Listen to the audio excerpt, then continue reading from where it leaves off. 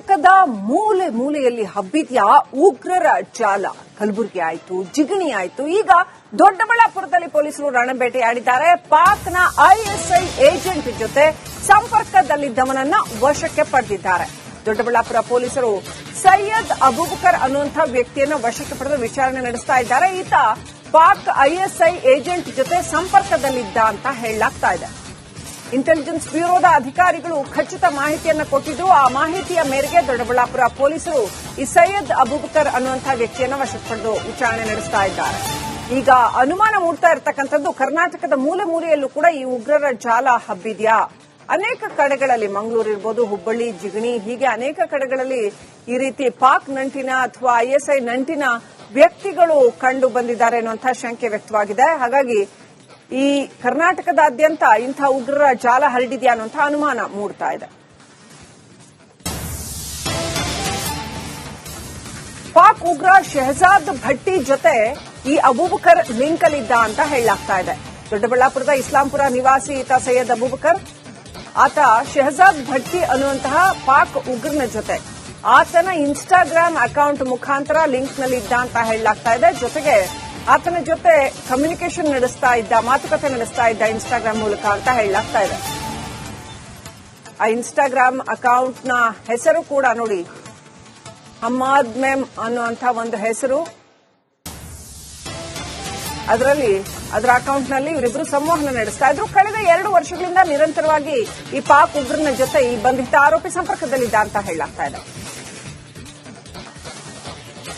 ಏನಂತಂದ್ರೆ ಇಲ್ಲಿನ ವಾತಾವರಣ ತುಂಬಾ ಚೆನ್ನಾಗಿದೆ. ಒಂದು ಹಿಂದೂ ಮುಸ್ಲಿಂ ಭಾವೈಕ್ಯತೆ ಇದೆ. ಮುಸ್ಲಿಂ ಹುಡುಗರು ಒಂದಿಷ್ಟು ಜನ ಆಮಿಷಕ್ಕೆ ಒಳಗಾಗಿ ಹಣದ ಸಂಪಾದನೆಗೆ ಈ ಅಂತರ್ಜಾಲದ ಸೋಷಿಯಲ್ ಮೀಡಿಯಾನ ಬಳಸಿಕೊಂಡು ಇನ್ಸ್ಟಾಗ್ರಾಮ್, ವಾಟ್ಸಪ್, ಫೇಸ್ಬುಕ್ ಇಂಥದ್ರಲ್ಲಿ ಇನ್ಯಾರ್ದು ಸಂಪರ್ಕ, ಅವರು ಇಂಥವ್ರು ಹುಡುಕ್ತಾ ಇರ್ತಾರೆ, ಇವರು ಅಂತವ್ರು ಹುಡುಕ್ತಾ ಇರ್ತಾರೆ. ಯಾಕಂದ್ರೆ ಸುಲಭ ಮಾರ್ಗದಲ್ಲಿ ಹಣ ಸಂಪಾದನೆಗೆ ಅಂತ ಹೇಳಿ ಇದು ಶಾಹಿದ್ ಬುಟ್ಟಿ ಅನ್ನೋ ಒಂದು ಗ್ಯಾಂಗ್ ಏನೋ ಇಲ್ಲಿನ ವ್ಯಕ್ತಿಗಳನ್ನ, ಯುವಕರನ್ನ ಅವರ ರಿಮೋಟ್ ಮಾಡಿಕೊಂಡು ಅವರ ಸಂಪರ್ಕಕ್ಕೆ ಪಡೆದುಕೊಂಡು ಇಲ್ಲಿನ ಹಣ ಯಾರು ಬಂಡವಾಳಶಾಹಿಗಳು ಮತ್ತೆ ಉದ್ಯಮಿಗಳನ್ನ ಸಂಪರ್ಕಕ್ಕೆ ತಗೊಂಡು ಅವರಿಗೆ ಬೆದರಿಕೆ ಹಾಕಿ ಹಣ ವಸೂಲಿ ದಂಧೆಗೆ ಇಳಿದಿದೆ ಅನ್ನೋ ಒಂದು ಸೆಂಟ್ರಲ್ ಮಾಹಿತಿ ಮೇರೆಗೆ ಇಲ್ಲಿ ನಗರ ಠಾಣೆ ಪೊಲೀಸರು ಈ ವ್ಯಕ್ತಿ ಏನು ಆರೋಪಿ ಇದ್ದಾನೆ ಅವನನ್ನ ವಶಕ್ಕೆ ಪಡೆದುಕೊಂಡು ಈ ಪ್ರಕರಣದ ಬಗ್ಗೆ ತನಿಖೆ ಮುಂದುವರಿಸಿದ್ದಾರೆ. ಈ ತನಿಖೆಯಿಂದ ಏನು ವಿಚಾರ ಆಚೆ ಬರುತ್ತೆ ಅದ್ರ ಮೇಲೆ ಡಿಪೆಂಡ್ ಆಗುತ್ತೆ. ಇಲ್ಲಿ ಸ್ವಲ್ಪ ಮಟ್ಟಿಗೆ ಈ ಭಾಗದಲ್ಲಿ ಈ ಆರೋಪಿ ಇದ್ದಂತ ವಾಸ ಇದ್ದಂತ ಒಂದು ಏರಿಯಾದಲ್ಲಿ ಜನಸಾಮಾನ್ಯರಿಗೆ ಸ್ವಲ್ಪ ಭಯಭೀತರಾಗಿದ್ದಾರೆ. ಪಾಕಿಸ್ತಾನಿ ವಿಚಾರಗಳು ಇಲ್ಲಿನ ವಿಚಾರಗಳು ಅಲ್ಲಿ ಟ್ರಾನ್ಸ್ಫರ್ ಆಗ್ತಾ ಇದೆ ಅನ್ನೋ ವಿಚಾರಕ್ಕೆ ನಾಳೆ ದಿವಸ ಏನ್ ಆಗ್ಬೋದು ಅನ್ನೋ ಒಂದಿಷ್ಟು ಭಯಭೀತರಾಗಿದ್ದಾರೆ ಅಷ್ಟೇ, ಬಿಟ್ರೆ ಬೇರೆ ಇನ್ನೇನು ಅಂತದೇನಿಲ್ಲ. ಇನ್ನ ತನಿಖೆ ಆದ ನಂತರ ಪೊಲೀಸರು ಏನ್ ಮಾಹಿತಿ ಕೊಡ್ತಾರೆ ಅದ್ರ ಮೇಲೆ. ನಮ್ಮ ಪ್ರತಿನಿಧಿ ಮಂಜುನಾಥ್ ತಿನ್ನೂರ್ ಕನೆಕ್ಟ್ ಆಗಿದ್ದಾರೆ. ಮಂಜುನಾಥ್, ಈ ಸೈಯದ್ ಅಬೂಬಕರ್ ಬಗ್ಗೆ ಸ್ಥಳೀಯವಾಗಿ ಏನ್ ಮಾಹಿತಿ ಲಭ್ಯ ಆಗ್ತಾ ಇದೆ? ಈತ ಮಸೀದಿಯಲ್ಲಿ ಪ್ರವಚನ ಅಂದ್ರೆ ಪಾಠ ಕೂಡ ಮಾಡ್ತಾ ಇದ್ದ ಅಂತ ಹೇಳಲಾಗ್ತಾ ಇದೆ. ಎಸಿ ರಿಪೇರಿ ಮಾಡ್ತಾ ಇದ್ದ ಅಂತ ಹೇಳಲಾಗ್ತಾ ಇದೆ. ದೈನಂದಿನ ನಡವಳಿಕೆಯಲ್ಲಿ ಈತ ಬಹಳ ಸಹಜವಾಗಿ ಎಲ್ಲರ ಜೊತೆ ಬೆರೀತಾ ಇದ್ನ, ಯಾವ ರೀತಿ ವ್ಯಕ್ತಿ ಆಗಿದ್ದ? ಆಮೇಲೆ ಪೊಲೀಸರ ವಿಚಾರಣೆಯಲ್ಲಿ ಈತನ ಕುರಿತಾಗಿ ಏನೆಲ್ಲ ಮಾಹಿತಿ ಲಭ್ಯ ಆಗ್ತಾ ಇದೆ? ಶ್ರೀಲಕ್ಷ್ಮಿ, ಖಂಡಿತವಾಗಿ ಈಗ ದೊಡ್ಡಬಳ್ಳಾಪುರ ನಗರ ಪೊಲೀಸರು ಭರ್ಜರಿ ಕಾರ್ಯಾಚರಣೆಯನ್ನ ನಡೆಸಿ ಪಾಕಿಸ್ತಾನದ ಜೊತೆ ಸಂಪರ್ಕದಲ್ಲಿದ್ದ ವ್ಯಕ್ತಿಯನ್ನ ಈಗ ಬಂಧನ ಮಾಡಿರುವಂತದ್ದು.